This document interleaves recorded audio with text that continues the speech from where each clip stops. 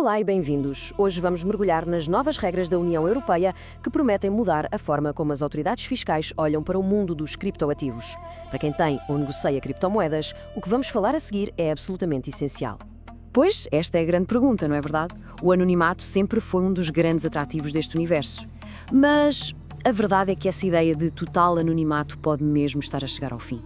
E parece que a resposta já está a ser dada. A UE está a tomar uma posição muito firme para trazer luz ao mercado que, até agora, tem funcionado, digamos, um pouco nas sombras do sistema fiscal.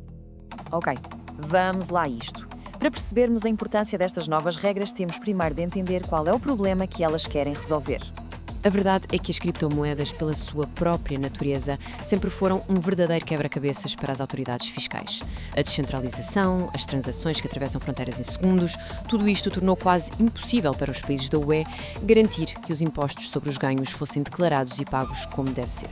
E é precisamente aqui que entra a solução da União Europeia. Chama-se DAC8 e, acreditem, representa um passo de gigante para a transparência fiscal no mundo cripto. Então, o que é isto da DAC8?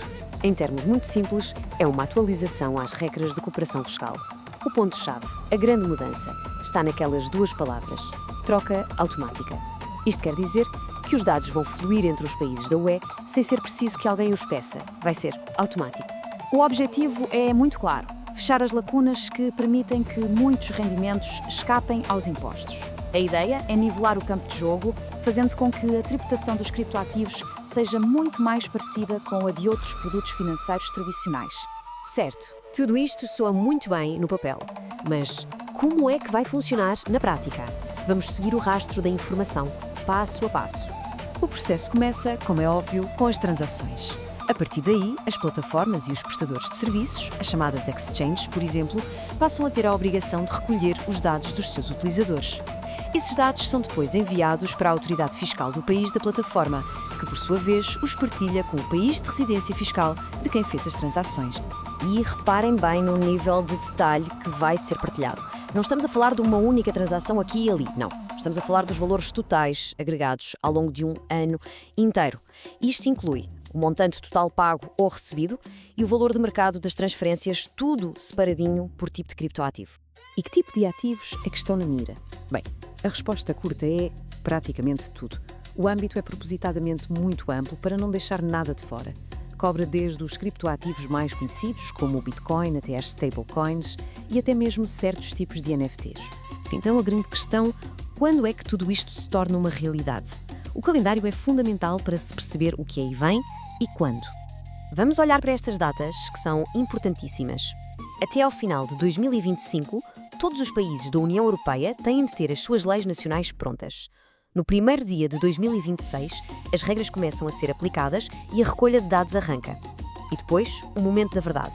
Em setembro de 2027, acontece a primeira grande partilha de informações, com todos os dados do ano 2026.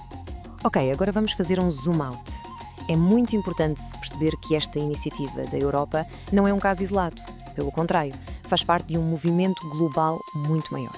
No fundo, a DAC8 é a versão europeia de um padrão global que se chama CARF. Este padrão foi desenvolvido pela OCDE e pelos países do G20, o que nos mostra logo que isto é um esforço internacional altamente coordenado para regular a fiscalidade das criptomoedas.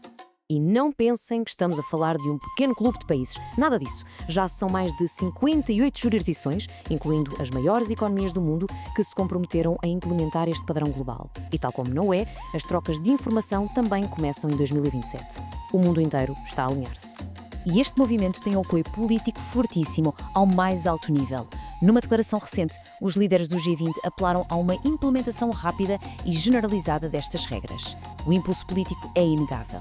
Portanto, chegamos ao ponto principal. No fim de contas, o que é que isto tudo significa para o dia-a-dia de quem investe e para o mercado cripto em geral? Vamos resumir. Para quem utiliza cripto, a visibilidade das suas atividades para as finanças vai ser praticamente total. Para as plataformas, vêm aí novas e complexas obrigações. E para o mercado no seu todo, isto é um sinal de maturidade. Os criptoativos estão finalmente a ser integrados no sistema financeiro regulado.